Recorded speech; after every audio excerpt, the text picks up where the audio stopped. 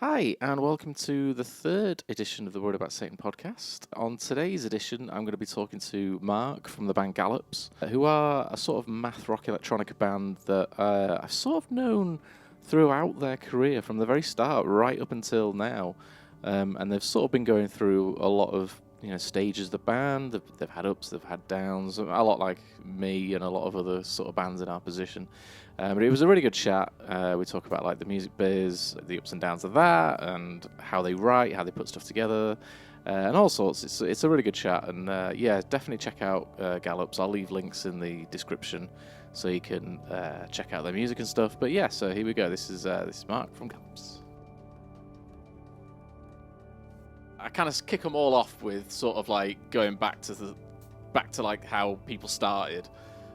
Like putting music together or just picking up a guitar or whatever. So like, how was it for you? You just like playing in bands, or you just wanted to make some stuff? Yeah, like very sort of typical kind of journey, I guess. Kind of like when I was really young, like my dad played guitar a bit, I guess. So there was always guitars around the house, and then I kind of stole one of his guitars and he kind of stopped playing then, and I just took over.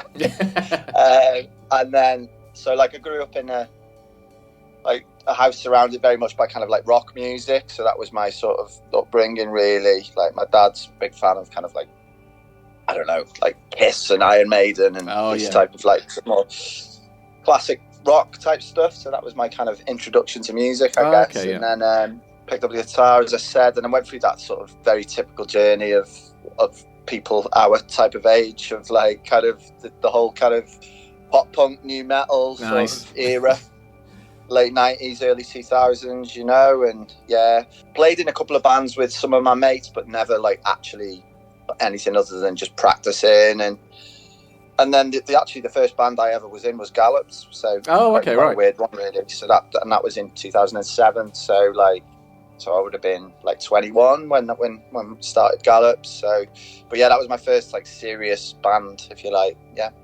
So was that like, were you friends with the other guys, sort of like from where you lived, or? Bit of a mixture, really. So it was kind of, so there's a venue, long gone now, a venue in Wrexham called the Old Swan, which was kind of the local music venue for like up and coming bands and touring bands and such. And yeah, kind of built the band around that place. It was kind of like everyone sort of met there, really. Or I kind of knew Paul from the original lineup from like college and stuff like that as well, but it was mainly around that pub, really. That was the sort of the genesis, I guess. So yeah, okay, cool. So how did you find it like at the start then? I guess it's a similar sort of experience for a lot of people where you're young, you're in bands, you throw your stuff in the back of a van and you're just like, whoa, brilliant, amazing, let's go and play wherever. Was it like that for you guys? Were you sort of like, you just want to do anything and everything? Oh yeah, absolutely. Possible? Yeah, put our name on it, we'll do it, sort of thing. And yeah, obviously very ambitious at the beginning. I think our second gig was in London, actually, weirdly. So we did our first gig in Wrexham, and then kind of off the back of that, thought, because we hadn't really sort of recorded anything. Oh, okay. At that point, or maybe we'd done one thing. I can't remember exactly how this sort of played out, but I know it barely had recorded anything, and put something together, which then went to, quite lucky really, in that we came up around the sort of early days of BBC Introducing. Oh, okay, yeah. Sent what was, to be honest, a really sort of shoddy Ableton demo to one of those shows on BBC Introducing, the Welsh one, and with Beth and Elvin, I believe. And then people picked up on it, and then it was like, oh yeah, we've got you a gig in London now, and then it was oh shit, okay. So it's like really, really quite sort of immediately doing gigs in sort of places that you'd heard of, so that was good. Yeah. So quite spoilt in that respect, really. And then from then, kind of like gigging in Cardiff and things like that. And we actually really haven't played in Wrexham that many times, considering we're from Wrexham, which is quite strange, actually. Definitely very wide-eyed at the beginning, and everything's possible, I was going to say, actually, I think I've probably known you guys as a band. Obviously, I've got to know you guys as like people as the years sort of progressed, but like, because I'm guessing like you were sort of around the same time as like early days of Satan. Yeah. I was thinking like the other day, like I swear I must have seen you guys at like every single step of like the sort of like typical band journey. It's like you're just starting out.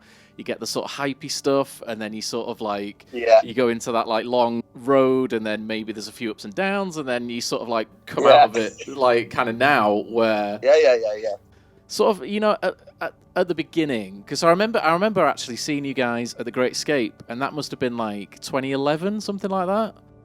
Okay, yeah, that makes sense. Yeah, it would have been. Yeah, I swear it was around then, and we just started like the ghosting season thing, which is essentially just Worried About Satan under a different name. I remember like playing down there and seeing you guys, and you were upstairs in this tiny like little pub, this like really small like sweat box. Yes, I remember that.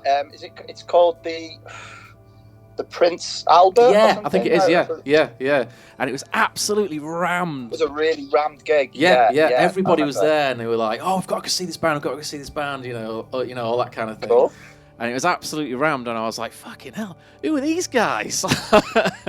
Yeah. But I mean, no, it was absolutely class. But like, how did you like sort of find those sort of like early days in like the sort of, you know, like the sort of blog era, I guess, like, you know, when it was all like kind of, you felt like you could sort of get a record deal just on the back of an MP3 or something like that, because the amount of people I saw at that Great Escape who were just like little like kind of chill wave acts that had just put out like, you know, a little mixtape or something, and now all of a sudden they're, you know, supporting DJ Shadow or something, you know, that's something like absolutely massive. And it really felt like it was a real time like sort of back then. How did you guys find that? Because, you know, obviously you got like, you were there in all that, like it must have been like pretty crazy. No, it was, and I guess it's a weird one because it's only now that I know any different, if you get what I mean. Sure. But it was just like really sort of, oh, we've made a track, and it was like, fuck, okay, people like this, we better make some more tracks. And then all of a sudden, like things like that are happening where you're playing like quite hyped shows at like industry events, you know. And I definitely was aware that things were happening quite quickly in terms of like coverage on things, and it's like, oh, you've been booked at this festival and like Reading and Leeds and these things, and it's like, it was all like super exciting. I think our problem is, and has always been, is that we're quite sort of slow at making music, right? Because we've all had to work jobs and stuff alongside being in a band. So I think I don't know. I think this is one thing I do wonder quite often, in perhaps quite a sort of bitter, approaching middle-age way. I do wonder sometimes that, you know, if I'd have come from a rich family or whatever, and kind of, you know, would I have been able to do a lot more touring back then, and without sort of having to worry about keeping a roof over, you know, or mine or the other band members' heads and stuff. So yeah, I almost feel like kind of perhaps didn't capitalize on the hype. But then I don't know. I guess you could capitalise and it still goes tits up anyway. So it's kind of an unknown quantity, isn't it? Really, but yeah, it's something I have thought about before. But yeah, as I said, it just all seemed really fast and kind of, well, really cool actually. Yeah. So yeah, because you guys had like a label pretty quickly as well, and like did that all like sort of come about just on the back of putting some tracks out, or did you know someone? Or yeah, like pretty much. Was it at? I want to say that was at I'm pretty sure it was. I think it was at In the City in Manchester. Oh yeah. So it was really cool actually, because like I kind of like almost say things like, you know, industry festivals through gritted teeth, really. But like, but kind of it did do those things for us. It did work for us, you know. We did one and got a manager, then we did another and a booking agent, and kind of it's like, okay, yeah, this makes sense why these things exist, or like, yeah, because I always thought industry festival, that sounds fucking minging, you know? But yeah, no, it kind of worked out for us. So yeah, we got on Blood and Biscuits to do that. We did our first and second album as well with Blood and Biscuits, and then sort of parted ways. But yeah, that was like it sort of wasn't really a struggle to get on a label for us, which was great. It's always nice, isn't it, to have someone who like believes in what you're doing in some shape or form, you know. Yeah. Going back to what you were saying, sort of with the benefit of hindsight now, like sort of looking back, you know, you said you were sort of like a bit slow to maybe capitalise on stuff. Is there anything else that you would sort of wish that you would have done, or like maybe sort of not regret, but like wish you maybe would have sort of, you know, experienced a little bit more or something? That's a good question. Yeah, I mean, I wish we'd have made better music back then, but like, but I think I don't know. No. Do you know what? Because we've just done a few gigs over the last few weeks, and I've been doing it with a couple of new people who are standing in for other members and such. Oh, it's and Jamie, like, isn't it? For Maybe She Will. Yes, exactly.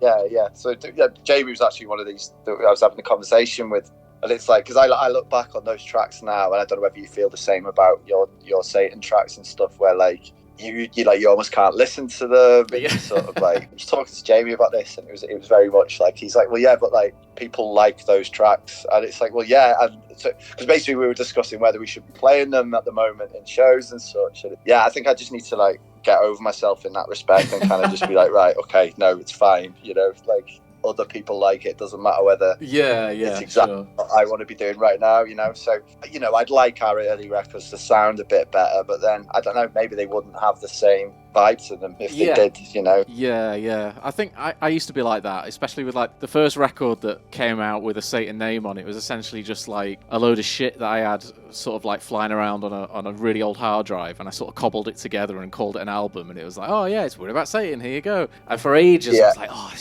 this is awful, this is rubbish, it's absolute shite.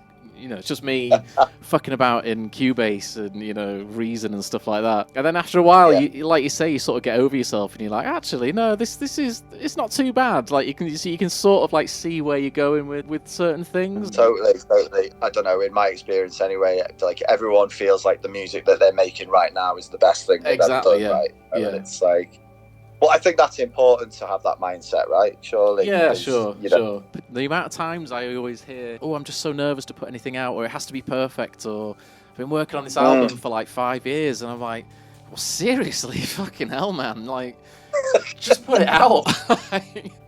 Even sort of like now, after, say, 10, 15, almost sort of like knocking on for 20 years of, say, like music on the internet or something like that. After a while, I sort of like kind of understood that, like, right, nobody's waiting around for me to make a record. Nobody's sort of like, you know, especially like being sort of DIY, nobody's like sat around the desk going, oh, you know, big countdown clock or something waiting for me to put another album out. So it's like, well, if it's there, if it's ready, just fucking do it. Just go for it. Like, put it out. Put it out, yeah. I think a lot of that is like, that's a, you know, blessing and a curse of kind of like, you know, how easy it is to make music now, you know. So like you or I can just sit in their house and kind of make albums and such, but like with that comes the sort of, you're not under any pressure, so you're going to just spend forever trying to get some perfect record, which, you know, which in the end, years down the line, you're going to kind of like pick it apart anyway. So you might as well just fire it out there, really, at a point, you know. Yeah, I was talking to Ben from Cold Comfort on the last one of these, and he was sort of saying similar, like, if there's sort of no pressure,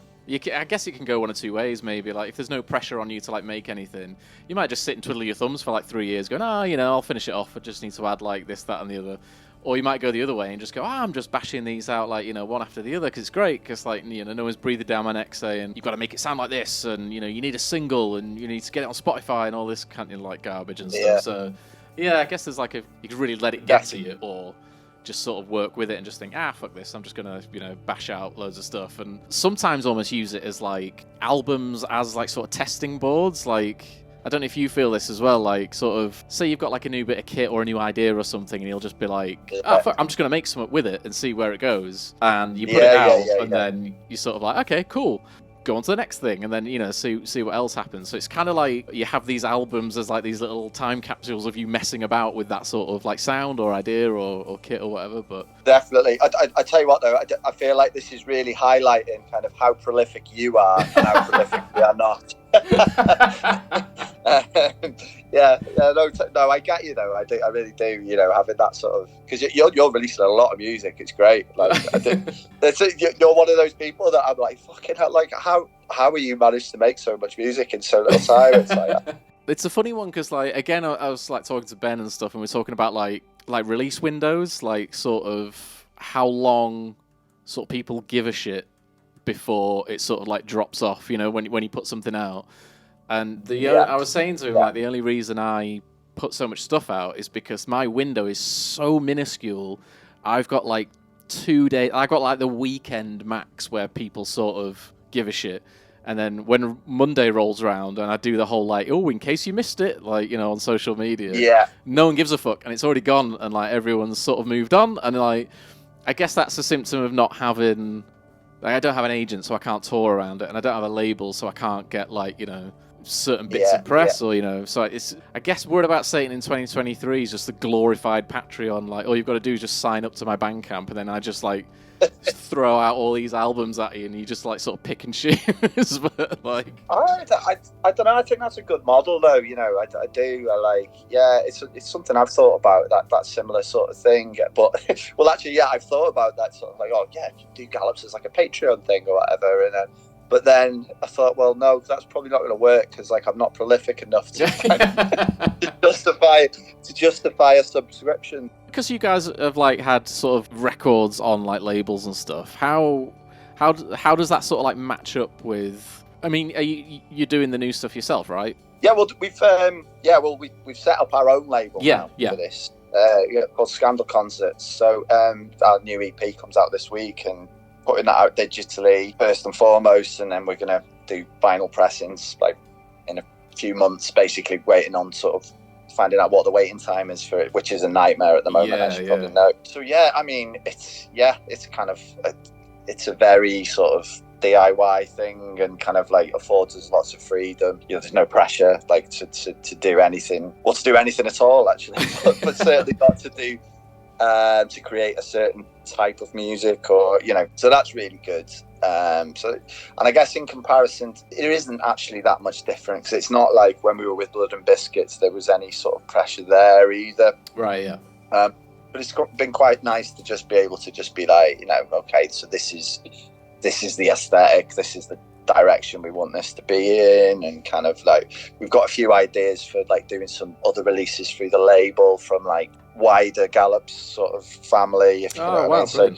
So that should be interesting, and kind of like hopefully maybe releasing some music that we love from Wales or wherever, really. But yeah, it's something I've always been interested in, the idea of running a label. This is probably like the worst time in history to bring that into fruition, but like, so it's quite exciting. That's cool, because a lot of people, I guess, they start labels and then it sort of fizzles out because either their heart's not in it, or it's just too much work or too much money, or... Well, we will see how that goes. At the moment, you know, it's like it's just an idea. I mean, we've got a logo, so, you know, I don't know. It just feels like a good sort of move for us. Like, I make music in a few different sort of guises, and we've got a few ideas for doing some collaborations with some other people. So just like put it together under one sort of umbrella where we can keep the aesthetic tight, and just feels like a good idea at the moment, but we shall see. I know, I think like half the battle as well is sort of like knowing when to do this kind of stuff,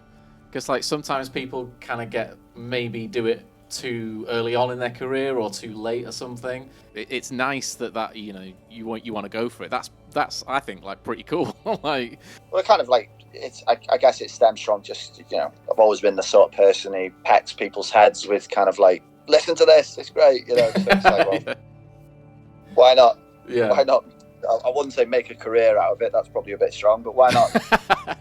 I guess like going from that kind of stuff to like more about the band and stuff. How does it work with like writing? How do you guys like sort of put stuff together? Is it so like... it's like there's been like sort of 3 phases of Gallops at this point. So the first phase of Gallops, it was kind of like the songwriting was very much split between the 2 main songwriters, myself and Paul, and then but also Brad on the guitar and Dave on the drums would add their sort of bits to it. So that felt a lot more kind of you know, it was a bit more of a kind of like shared responsibility, I guess. And then the second sort of phase of it, very similar. Again, that was probably me doing most of the songwriting, but a lot of the sort of final sort of things that made the record good were done by other members, or like, you know, sometimes you just need to put ideas through a kind of like a second pair of ears, really. Like, generally they usually, well, depending on the musician, of course, but like they tend to make things, or they recontextualize something at least. So it's like, oh yeah, okay, I wouldn't have thought of doing that. That's loads better than what I did. Yeah. This EP, and the last few singles, the last 3 singles we've done, that's like, I'm writing all the stuff for the band now, and it's kind of It's a bit more of a revolving unit of kind of people who perform it live. So there's only actually one other permanent member of Gallops at the moment. Oh, okay, right. So our last drummer left earlier this year. Our other guitarist also has left. Family responsibilities, it's like same old story, sort of like life growing up. happens. Yeah. all very amicable and great, So that's been quite interesting, because it was like, that was kind of a new experience for me, at least, where I was kind of writing music in a sort of an isolated sort of situation where it's like, you don't have particularly those second set of ears to kind of like bounce off. Yeah, definitely interesting at first, like sort of having that sort of, shit, is this even good? I don't know. Do you know what I mean? I think I'm quite weird like that. I think I like to think that I'm like that. I can do this on my own, and I'm like, but I think I do need some sort of affirmation, some signs. I was gonna say, that must have been like quite a sort of like different experience doing it with like a full band for years and stuff, and then now it's just become like two of you. That must be like pretty weird. Like how did that like how did you kind of like think about that? Or I mean, it was very much the writing of this EP was basically like me creating, the sort of vast majority of everything in my studio at home, and then passing ideas across to Gav, the guitarist in our band. Yeah, it was like the sort of mechanics of it were quite easy, really. But yeah, it was more that just sort of like feeling like, it's like, who am I making this for again? You know? Yeah. Until the later stages, obviously, when they were being passed to Gav or being passed to Jamie. And it's like, oh yeah, they like it as well. So okay, so it was worth all that time. I think you just don't want to feel like you don't want to think you're sort of like wasting your time, right? Because time's precious. Sure. Yeah. And I work a full-time job. I'm a lecturer in real life, and which is fucking stressful and hard. So you want to be making sure you're spending your spare time doing something that's worthwhile, right? Yeah, for sure. Yeah. And when you get to sort of our sort of vintage, you kind of, you perhaps start to, I don't know whether you feel like this. I get the feeling you might. You kind of sort of feel a bit sort of disillusioned by the sort of whole sort of music industry type sort of thing, and kind of like, oh, is it even worth it anymore? I'm not sure. It's been great seeing, coming out the other side of it, and I think it works for me, that. But I do think I always need that. That back and forth at some point in the process. Yeah. Because obviously, like, going back to what you were saying there, like, I've had that as well, where you sort of think, is this fun? Like, what am I doing? Like, is anyone enjoying this? Fun, yeah. Am I enjoying this? What the fuck? Like, I had it recently where I thought, like, okay, I'll do some gigs, because like gigging on my own, it's obviously a pretty different experience from gigging with someone else. When there's two of you on stage. When there's just one, it's pretty weird to start with, and you sort of like get used to it. And then I thought, like, well, maybe Satan can be like more of a live thing then. And I was really into like booking loads of shows at one point. And then like, on the emails going, hey mate, can I have a gig? And then you suddenly find out that like fucking nobody's putting gigs on anymore, and like the ones that do just don't have any space for you, don't have any room, and you're like, oh fuck. Yeah, like, we've just been through this on this last tour we did. Well, I say tour, it was spread out over like a month on the kind of weekends for the same reason. It's just like, it's really difficult, and particularly when you're not, making waves at the moment. It's hard. Sort of, and it's so competitive, and kind of like, we've been quite lucky that we've managed to get on a few kind of things in Wales. We're a Welsh band, so that goes well. It's only me that's from Wales anymore. The other members are from Leicester, but but like it goes a long way, and it's quite good like that. There's a really strong sort of Welsh music community that makes it quite easy to remain relevant, at least in Wales. I was literally going to say as well, like, if there's one sort of positive to come out of that, it's if you can like sort of find your niche or find your kind of sound or your people. It's worth like so much more than just schlepping up and down, playing for any old gig just for the sake of it or something. Like, there was a time when I was like, you know, if I was booking a tour, I'd be like, right, London's got to be the first one on the sheet, right? Let's get London booked in. And then like you sort of get a bit older and years go by and you just think like, can I be arsed? Like I'm sorry, but I just can't be arsed. Like that one we did together in last year. That was the last time I played London, because I just thought like that was a fucking mission to get to, and it was like pretty okay money, but nothing to really write home about. So I was like, no. You know, it's hard. Like you know, going back to what I was saying before, I think it's really difficult unless you want to sort of just do that and just tour, and then you can probably make a living out of it, right? But I don't know these days, and I think you'd have to be at a certain level, obviously, for people to want to book you. But like, it's that commitment, isn't it, to being like, I am a touring musician, and like that is. To be honest, I've always felt like this though.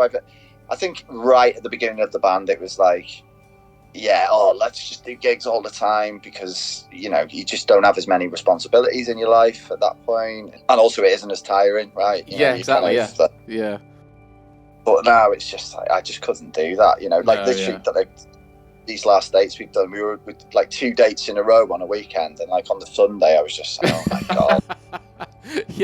I literally did 2 dates, in one that was in my local pub, basically like a little bottle shop in Shipley, and another in Todmorden, which is about half an hour down the road or something. Yeah, I like Todmorden. It's a nice place. It's beautiful, isn't it? Yeah, and like when we got back, I was like in bed going like, fucking hell, my back's killing me, my knees have gone, I'm cold, I'm like ratty, I'm like, oh fucking hell, I can't do this. 2 gigs, and like, you know. Saying, I feel like we're kind of both in similar places, perhaps in that respect, in a sort of like, okay, this isn't, you know, going to be my like massive career, and I'm going to make millions of pounds from music. You know what I mean? So like, why stress about it? And like, just do things when. I mean, don't get me wrong. You know, I want as many people as possible to hear our music and stuff, but I'm definitely not in a place in my life where I want to be traipsing around every nook and cranny of the country to do that. Do you know what I mean? So it actually feels quite liberating, like you were saying, kind of like realizing that and realizing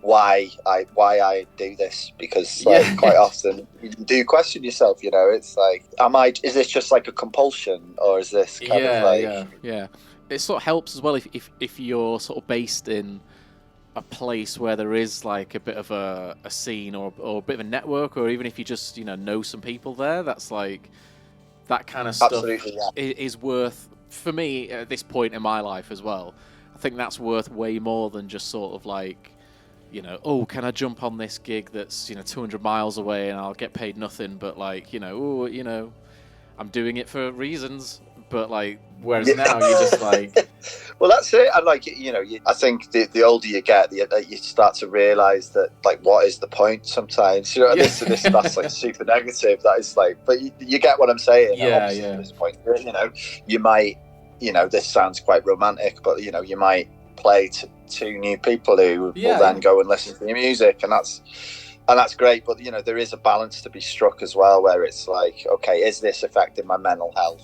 You know, is this affecting me financially? Is this affecting? And you know, I don't know whether you've noticed this, but I feel like there's a lot of kind of musicians, perhaps of our age, who kind of like lean off it a bit and kind of just you know, do their thing for them. For sure. Yeah. You know, is that maybe that's a more authentic way of doing music? I don't know. No, I think you're dead right. I think that's like, it's a nice positive to come out of something where it can be like fairly negative. Like, you know, if you've been sort of like in like the biz, in inverted commas, like for a while, and sort of like it hasn't really worked out for you. I mean, I would put myself in that category straight away. Like, you know, I've done like South by Southwest, and I've done like, you know, had albums out on like Sasha's label and stuff.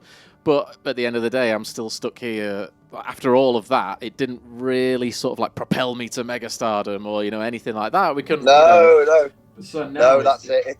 That's a funny one. I don't know whether you experienced this as well, because obviously, like on paper, like both of our sort of track records, as in like you're saying, oh, played by South by Southwest, you know, did this with this band, and it's like, wow, you must be like doing really well for music, and it's like, well.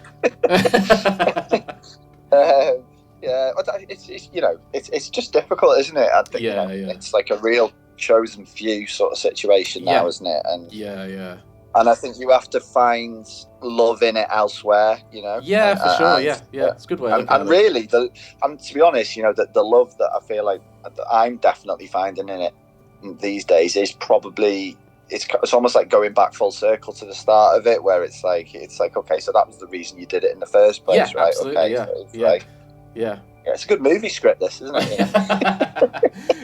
Because it's funny you should say that, because like I was just jotting some ideas down for like next year, and like all the things I was writing down were basically stuff that I used to do in like 2009 or something, or like 2008, and it was all like, you know, do like little CDRs and, you know, 20 copies and, you know, that kind of thing, like little tapes or a little show or a funny T-shirt, you know, stuff like that. And it's like, those kind of things are like right back to where Satan started, but like it's really comfortable to sort of do that stuff now, and it's, you know, that's nice that we sort of like, you've been up and down and all around, and you sort of landed on that again, and it's a nice way to sort of like come back around again. I think it's definitely, cool. And I think people, as in like, you know, the public, respond well to that type of thing as well, because sure, I think that sort of personal touch to things is like, perhaps, you know, certainly for sort of artists our sort of size, I think that's the only way you can really do it, and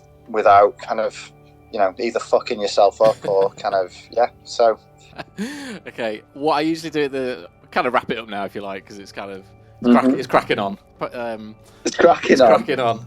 But like, one of the things I ask people is like, what's been the sort of like worst gig you've ever done? Like, what's your absolute nightmare gig that? Oh, okay. Oh God, yeah. Let me think. It's been a few recently.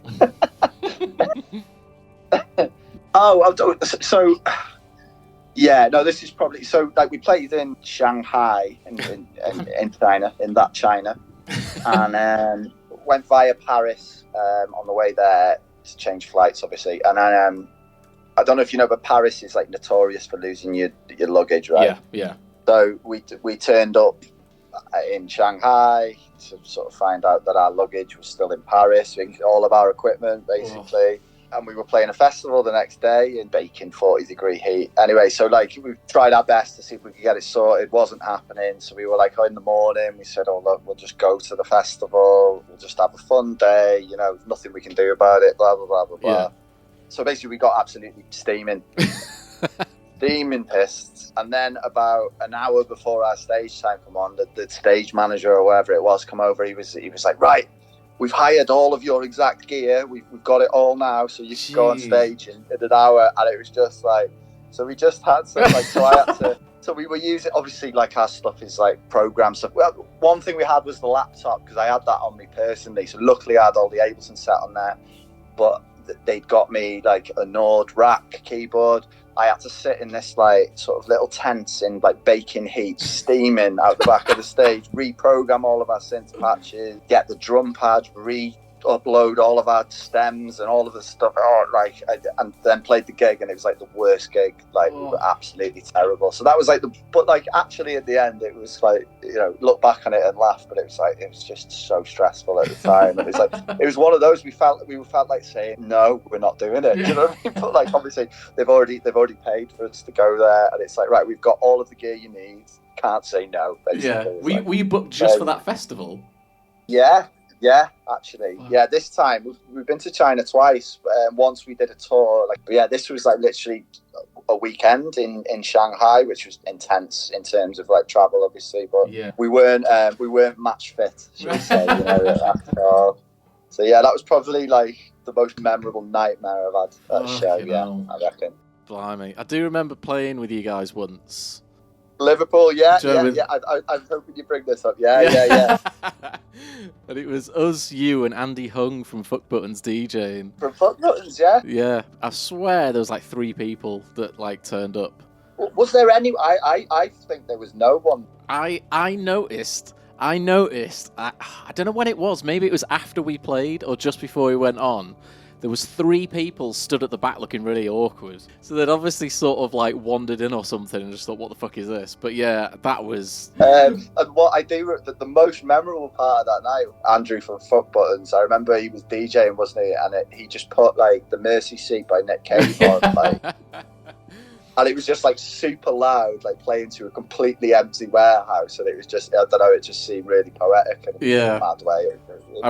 I remember him just like thinking, "Fuck this," yeah, and he was playing like some real like harsh noise stuff as well, and you just thought, "Why not? Fuck it!" Like, you know, you've got the room, you've got the space, you might as well play around with it. Well, yeah, exactly. You do get the impression sometimes, and it's almost like, you know, you get some promoters sometimes you kind of just don't really understand, not to sound, it's going to sound pretentious, but you know, they don't really understand what they're booking what will work. Yeah, absolutely. In the context that they're doing, and like kind of, and it's a difficult thing to get angry about, I think, particularly in this day and age, because at least people are doing it. Do you know what I mean? Yeah, for sure, yeah. But it's always quite heartbreaking to be on the sort of the receiving end of that, I think. So yeah, but it's a tough one, isn't it? For sure. Oh shit! Is there anything you want to plug? I'm not sure when this will go out, but yeah, so we've got our new EP coming out this Friday, the 3rd of November. The Office Society for Psychical Research. We've got a live date in February that we're doing in Aberystwyth. We're looking to book some dates around that in February and March as well. So, but other than that, yeah, just the EP. You know, cool. It's been a long time coming. We haven't put anything out of substantial length since 2017. So, oh right. So yeah, just that.